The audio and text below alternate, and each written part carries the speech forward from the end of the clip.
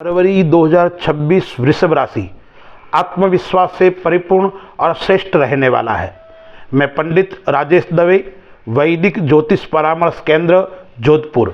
आप ज्योतिष संबंधी किसी भी प्रकार का प्रश्न पूछना चाहते हैं तो मेरे से पूछ सकते हैं, और ज्योतिष, आध्यात्मिक, पूजा पाठ संबंधी किसी भी प्रकार की समस्या है, उस समस्या का समाधान अवश्य मैं करने का प्रयास करूंगा।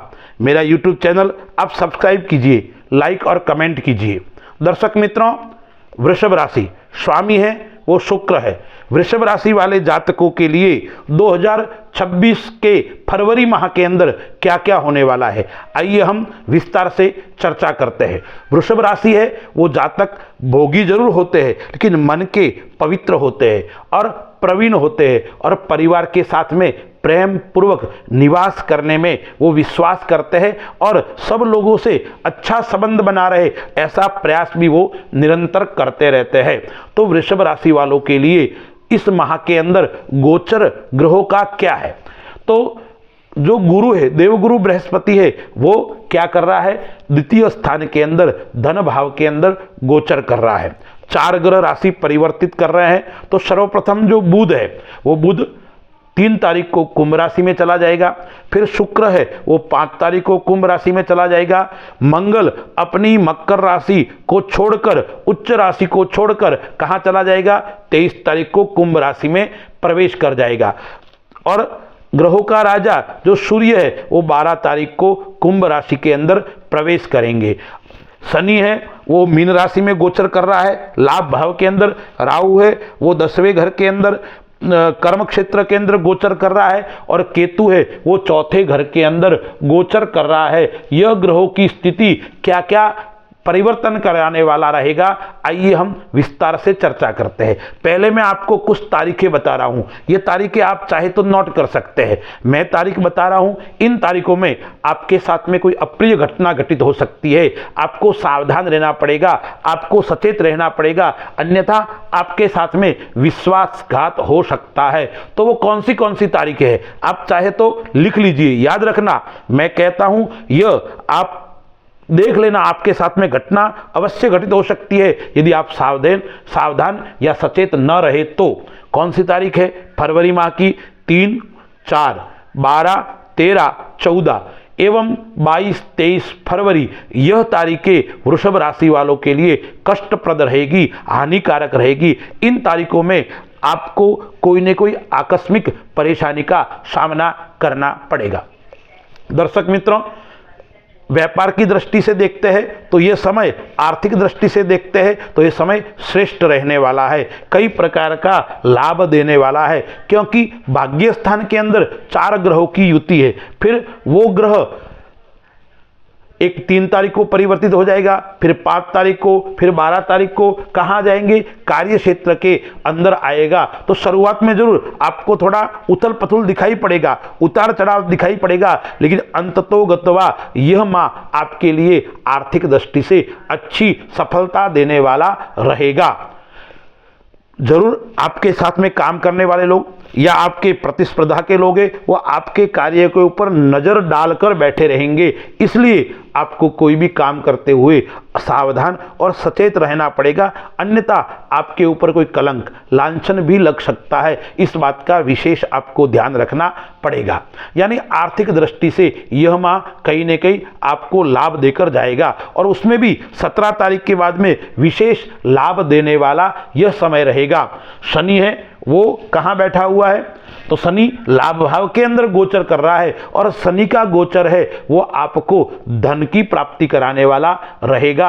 शनि का गोचर आपके धन को आगमन कराएगा, यानी इस माह बचत भी आपके होने वाली है। गुरु आपके धन को बचत करवाएगा। गुरु कहाँ बैठा हुआ है? धन भाव के अंदर बैठा हुआ है। तो गुरु धन की बचत करवाएगा और शनि धन का आगमन करेगा। तो इस माह के अंदर आपके अच्छी खासी बचत हो सकती है, और इस बचत आपके लिए आगे जाकर लाभदायक रह सकती है। इस माह आपको अनुशासन के अंदर जीवन जीना पड़ेगा। यदि आपका दिनचर्या सही नहीं होगी, आपका अनुशासन सही नहीं होगा, तो आपके व्यक्ति आपके साथ में धोखा कर सकते हैं। यानी कैसे, आप जिसके साथ में काम कर सकते हो उनको सही ढंग से आपको टैकल करना पड़ेगा, अन्यथा आपकी बात का प्रभाव उनके ऊपर नहीं पड़ेगा और वो आपके काम के अंदर लापरवाही बरत सकते हैं। इसलिए आप स्वयं अनुशासन पूर्वक जीवन जिए और साथ में आपके काम करने वाला व्यक्ति भी अनुशासन पूर्वक जीवन जिए, ऐसा आपको प्रयास करना पड़ेगा। विदेश संबंधी क्षेत्र से आपको लाभ होगा, क्योंकि 12वें घर का मालिक है वो क्या है, उच्च का होकर कहाँ बैठा हुआ है, भाग्य भाव के अंदर बैठा हुआ है। तो आपको विदेश से लाभ का योग बन रहा है। आप आयात निर्यात का काम करते हो या विदेश संबंधी किसी भी प्रकार का आप व्यापार या काम करते हो, तो आपको यह समय धन देकर जाने वाला, प्रगति कराने वाला समय रहने वाला है और आपके लिए आत्मविश्वास से परिपूर्ण फरवरी माह रहने वाला है। नौकरी करते हैं, यदि आप सरकारी सेवा के अंदर है तो जरूर आपका स्थान परिवर्तन हो सकता है, यानी नौकरी परिवर्तन का योग आपके लिए थोड़ा आ रहा है। इसलिए आपको मिलेगा आपके अनुसार परिवर्तन, लेकिन परिवर्तन का योग इस फरवरी माह के अंदर जरूर दिखाई पड़ रहा है। एक बात और आपको ध्यान रखनी पड़ेगी, क्योंकि नौकरी के अंदर और व्यापार के अंदर बड़े लोगों की आपके ऊपर नजर रहेगी, इसलिए कोई भी काम करते हो तो आपको कुशलता पूर्वक करना पड़ेगा, चाहे नौकरी हो चाहे व्यापार हो, अन्यथा आपके काम से लोग संतुष्ट नहीं होंगे और आपके ऊपर कोई प्रकार की आंच आ सकती है। और मैंने आपको जो तारीखें बताई है उन तारीखों में आपको विशेष ध्यान रखना पड़ेगा। अब हम विचार करते हैं परिवार की दृष्टि से, और तो जिनका विवाह नहीं हो रहा है इनके विवाह का योग इस फरवरी माह के अंदर बन रहा है।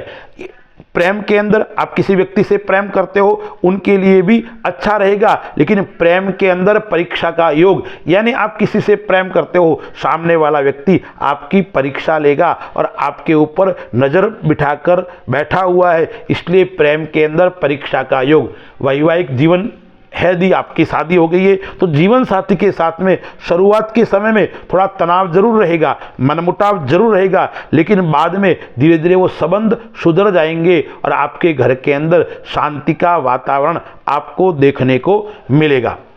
निवेश कहाँ का करना चाहिए, तो आपको शेयर मार्केट के अंदर निवेश कर सकते हैं, या सोना या चांदी उसके अंदर भी आप निवेश करोगे तो आपको लाभ की प्राप्ति होगी। यदि आप भूमि संबंधी कार्य करते हो या सरकार के अंदर आप कोई कॉन्ट्रैक्टर का काम करते हो, तो ऐसे व्यक्तियों के लिए थोड़ी सावधानी रखनी पड़ेगी, अन्यथा आपके साथ में छोटा मोटा नुकसान का योग भी इस माह के अंदर आ रहा है। इसलिए सरकारी काम करते हो तो आपको सावधानी पूर्वक और कुशलता पूर्वक आपको करना पड़ेगा। 17 तारीख के बाद में कई प्रकार के बदलाव आपको देखने को मिलेंगे, परिवार के अंदर बदलाव देखने को मिलेंगे, संतान योग भी आपके लिए अच्छा और श्रेष्ठ है। माता का स्वास्थ्य या अपने जीवन साथी का स्वास्थ्य थोड़ा जरूर नरम गरम रह सकता है। पिता पक्ष अच्छा रहेगा, पिता से लगाव रहेगा, और पैतृक काम करते हो तो उसके अंदर भी आपको निरंतर आपकी प्रगति होने वाली है।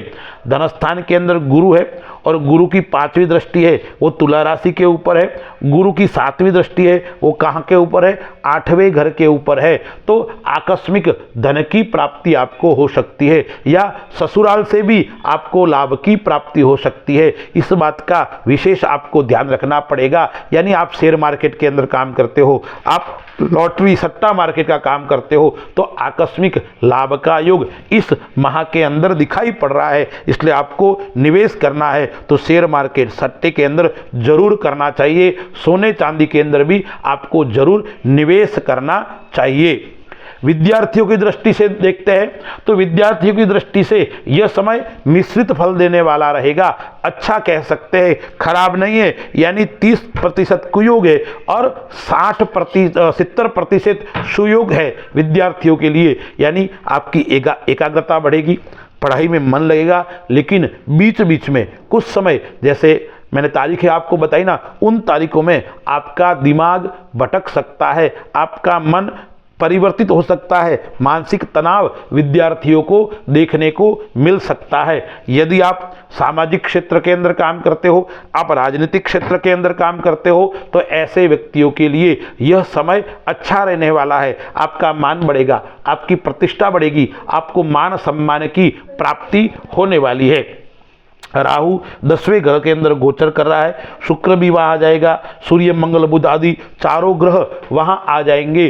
तो पैतृक संपत्ति के अंदर यदि आपके कोर्ट कचहरी के अंदर विवाद आदि चल रहा है, कोई मुकदमा चल रहा है कोर्ट कचहरी के अंदर, उसके अंदर आपको विजय की प्राप्ति होने वाली है। लेकिन एक बात का आपको विशेष ध्यान रखना है, आपको वाद विवाद से जरूर दूर रहना है।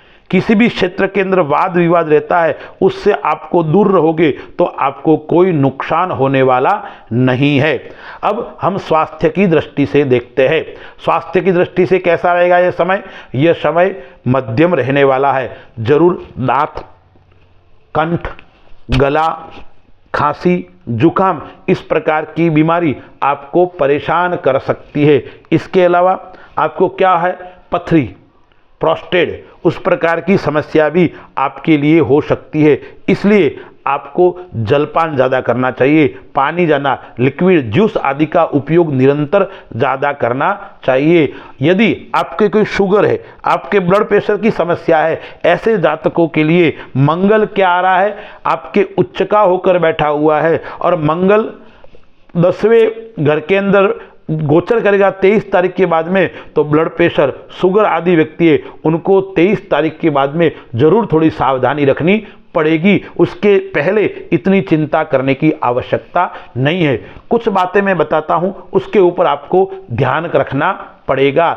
एक तो आपको क्या करना है? वाहन धीरे चलाना है, क्योंकि इस माह के अंदर वाहन का योग भी आ रहा है, तो वाहन आदि आपको धीरे चलाना चाहिए। इसके अलावा आपको क्या ध्यान रखना है? आपको एकांत में कब बैठना है, यानी मन आपका विचलित रहेगा, निरंतर नकारात्मकता आपके ऊपर कभी कभी हावी हो जाएगी। इसलिए आपका मन अच्छा रहे, इसलिए अच्छे व्यक्तियों के साथ में बैठना, अच्छे लोगों के साथ में आपका व्यवहार रहे, उनके साथ में आपका आना जाना रहे। जितने अच्छे लोगों के साथ में रहोगे, इतने आपके मन के अंदर सकारात्मकता का प्रभाव ज़्यादा रहेगा। अन्यथा नकारात्मकता आपके लिए थोड़ी नुकसानदायक हो सकती है। अब हम उपाय के ऊपर विचार करते हैं। वृषभ राशि वालों के लिए क्या क्या उपाय करना चाहिए? तो सर्वप्रथम आपको उपाय करना है, महालक्ष्मी का, कुल देवी का पूजन करना है। अपनी जो भी कुल देवी हो, उन कुल देवी का पूजन करना है। क्या करना पूजन के अंदर? आपको सिद्ध कुंज का स्तोत्र आता है, आपको लक्ष्मी स्तोत्र आता है, तो उसका प्रतिदिन लक्ष्मी के सामने, कुल देवी के सामने बैठकर दीपक लगाकर पाठ करना चाहिए। तो आपके धन के अंदर निरंतर अभिवृद्धि होगी। और उपाय क्या करना है? आपको मोर है, पक्षी है या मछली है, उनको चुगा डालना है। एक उपाय और मैं बताता हूं आपको, शुक्रवार के दिन प्रातःकाल जल्दी उठकर बिना बोले, स्नान बाद में कर लेना, बिना बोले आपको मोर को चना डालो, तो आपके लिए उत्तम और श्रेष्ठ फल देने वाला समय रहेगा। अस्तु। जय श्री राम।